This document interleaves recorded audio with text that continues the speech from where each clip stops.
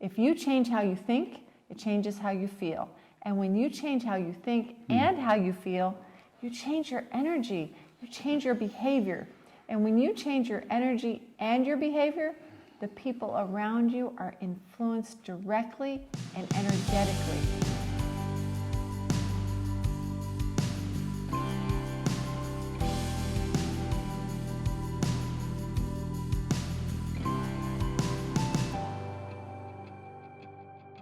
I want to start by saying that we know what you want because it's the same thing that we want. We just want to be happy, right? You want peace of mind, the kind that comes from the certainty that your needs are going to be met and that the person that you're with has your back. Yes, you want to be collaborating on your life together and having fun together. There's nothing more reassuring than having a compelling and inspirational vision for your future, right? Especially when that future is with someone who loves you, wants you, and is always there for you. True? But what went wrong? How do we get so far off track? Why does it feel like there's such a grand canyon or chasm between what you expected when you got married and what you're experiencing now? Well, I'll tell you why. In fact, there are 3 fundamental reasons why. But in this video, we can only talk about the first. And the first reason explains why it's not your fault that your marriage has problems and that the dream has been turned into a nightmare. Now stay with us because you need to understand how the odds have been stacked against you. And those rare couples you see once in a while that just seem to have gotten lucky, you know, they're either 80 plus years old, high school sweethearts from a different era, or they're somehow managed to discover a secret that most people never find. So let me ask you a question, just to set the stage for what we're about to tell you. Let's say that you want to be a real estate agent, sell real estate. Now what do you do to prepare for that? Do you just go to the powers that be and take a vow that you'll be a good, faithful, and ethical realtor? Go get your license and print out some business cards? No, absolutely not. You take a real estate licensing course where you get yourself trained and versed in real estate law and contracts and appraisals and due process and things like that. And then you have to pass a test to get your license. And only then are you qualified to join a brokerage where you then are mentored by an experienced professional until you're qualified to operate on your own. But that isn't where the training ends. Now, as a professional, you're required to take continuing education, right? Now, if you want to excel at being a realtor, you go to conferences to be around and learn from more experienced and successful people. In other words, in order to be the best realtor that you can be, you're always looking for ways to improve and evolve yourself in your profession. So I think you can see where we're going with this. So baby, give us one more example and then we'll land this plane. Okay. Let's say you aspire to be a triathlete. So you read magazines about it and you have at least one friend that does it who's inspired you. Now, somewhere you know that you're not going to show up to your first triathlon without some serious preparation. Does that make sense? I mean, you've got to train yourself in cycling, running, swimming. You've got to learn about optimal nutrition and endurance training methods. You'll probably hire a coach, hang out with other like-minded people, and adopt habits and routines that support your goal of competing in a triathlon. Does that make sense? Yeah, so what do you think would happen if you showed up to your first event without this kind of training and preparation? Okay, I think you get the point. But it also goes without saying that most people, when deciding to start a new career or run a marathon, for example, are going to seek out training, advice, mentorship, and education of some kind, right? But for some reason, when it comes to marriage, we go into it with our eyes wide shut. Now, why is this? Well, it's because everything around us culturally and sociologically, for the most part, doesn't support our marriage. Now, what do I mean by that? Well, let's start at home while we were growing up. I mean, how many of us had stellar examples in our parents? I mean, my mom was married 4 times and my dad 3 times. And while my household was pretty stable, my dad's idea of being a good husband was providing a roof over our head and a chicken on the table. And while my mom was kind of the classic Stepford wife, always serving that chicken dressed up like she was going out to town, but they were never truly ever collaborating to meet each other's needs at a really high level. Well, then we have our high school system. Does it prepare you for marriage? I haven't seen a marriage prep course anywhere yet. Now, how about our religions? Now, you'd think that somehow they would be giving us a foundation for a happy married life. But the divorce rates are almost equally as high within our churches. I mean, what gives? And what about our colleges? They do nothing but prepare young people to be part of the workforce. And they don't even teach us how to be successful in our career or in life. I mean, that's the kind of stuff that we learn on the streets, right? And what about our culture and the media that steers it? Do you think that supports your marriage? Heck no.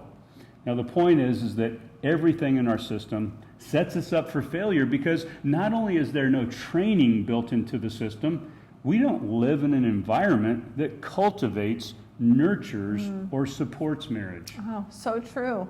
The world has become so focused on making money and social status, it's no wonder that the things that matter the most also suffer the most. From the second we get up in the morning, we submerge ourselves in the game of get. Get more money, get a promotion, get more muscle, get less fat, get more recognition, get a bigger house, get a condo in Maui or a second home in the mountains, get a ski boat, get a nice car, get a boob job, a facelift, a country club membership. Everywhere we turn, television, billboards, YouTube, social media, the music industry, the movie industry, the fashion industry, makeup industry, fitness industry, food industry. Everything. They're all distracting you from what's most important in your life. And not one of them is offering you solutions to getting what you really want. And that is just to be happy, joyful, and have peace of mind. To have a rewarding, meaningful, and fulfilling life that's shared with someone who just makes life experiences more beautiful. And let's face it, when you're in love, everything is more beautiful, right? But when you're out of love, life just kind of sucks, right? It's been said that you really don't have problems until you have problems at home, and no true words have been uttered.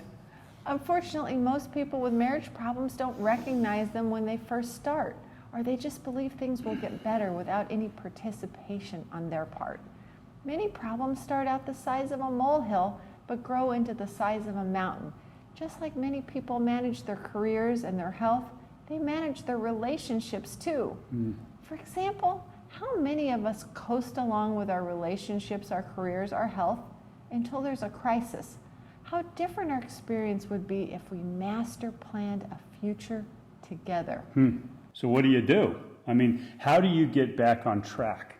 Well, that is the million-dollar question. And it's the question that we're going to answer for you in this series of videos. And we don't really want to leave you hanging on this video, so we're going to throw you a lifeline. That's right. We want to leave you with a hope and expectation that the happiness and the certainty that you long for in your marriage isn't a crushed dream or a fantasy or something that happens to just the lucky few. No, it's something that is well within your grasp and something that you can do even if your mate isn't doing it with you. Tad explained this well, so I'm going to hand it over to him. Okay, so you've all heard of the old axiom that goes something like, the change that you want begins with you. Well, I know we'd all like to think that the solution to our personal problems are outside us and that there's someone else's fault, but the problem with this is that when we blame someone else or we sit on the sidelines waiting for someone else to make the first move or to change how they're doing something, we lose all of our power to instigate and affect change in our lives. Now, I know that we just said that your marriage problems aren't your fault, and at a foundational level, they aren't. But once you realize there's a problem and you're really motivated to change things for the better, you're the only one that can really do anything about it. And the faster you realize and acknowledge your own personal power to affect change in your relationship, the faster you can turn things around. This is phenomenal news, by the way. Sure is. Now, there's something called systems theory. Now, I know that sounds boring, but it's really, really super exciting, so stay with me. Now, one of the concepts in systems theory is that when you change one part of a system, you change the whole system. Let me give you an example. Now, a car is a system. If you take one wheel off the car, it affects the whole car, right? Well, how about a company? Is a company a system? Well, you bet. Oftentimes, all you have to do is change the leadership in the company, the president or the CEO, and the entire company changes, right? Now, you see it all the time. Or you change the paint color on the walls of an office space, and everyone's attitude and enthusiasm changes for the better. Well, here's another example. What do you think happens when you add water to yeast and flour? Or add water to cement? Well, we know the answer. In both cases, the water starts a chemical reaction that turns flour into bread, and it turns gray powder into something that's like rock. Well, that is what you can do in your marriage and in your life. You are the water. Oh, so good. That's right. And this really keeps me excited because I always have the confidence and certainty of knowing that I have the power to change my circumstances. Another way of putting this is that when you change how you do something, it affects the environment around you. If you change how you think, it changes how you feel. And when you change how you think and how you feel, you change your energy, you change your behavior. And when you change your energy and your behavior, the people around you are influenced directly and energetically. They can't help but respond to you differently. That's when you become the catalyst of change. And the change you're seeking can happen faster than you have ever imagined. You've just got to have the right tools and know what buttons and levers to push, so to speak. Okay, now that's it for this video. But in the next video, we're going to reveal the second reason why things went wrong in your marriage. You don't want to miss this. It's where you fell off the wagon, so to speak. And the cool thing is, you're going to see how quickly you can get back on. You know that chasm you feel, that huge separation from where you are to where you want to be? I know it can feel impossible to cross, but I also want you to know that the distance is an illusion. You are much closer than you can imagine to getting the love, happiness, and certainty you want. Thanks for watching. And if you have benefited from this video in any way, please like, share, and comment below. We'll see you next time. See you next time.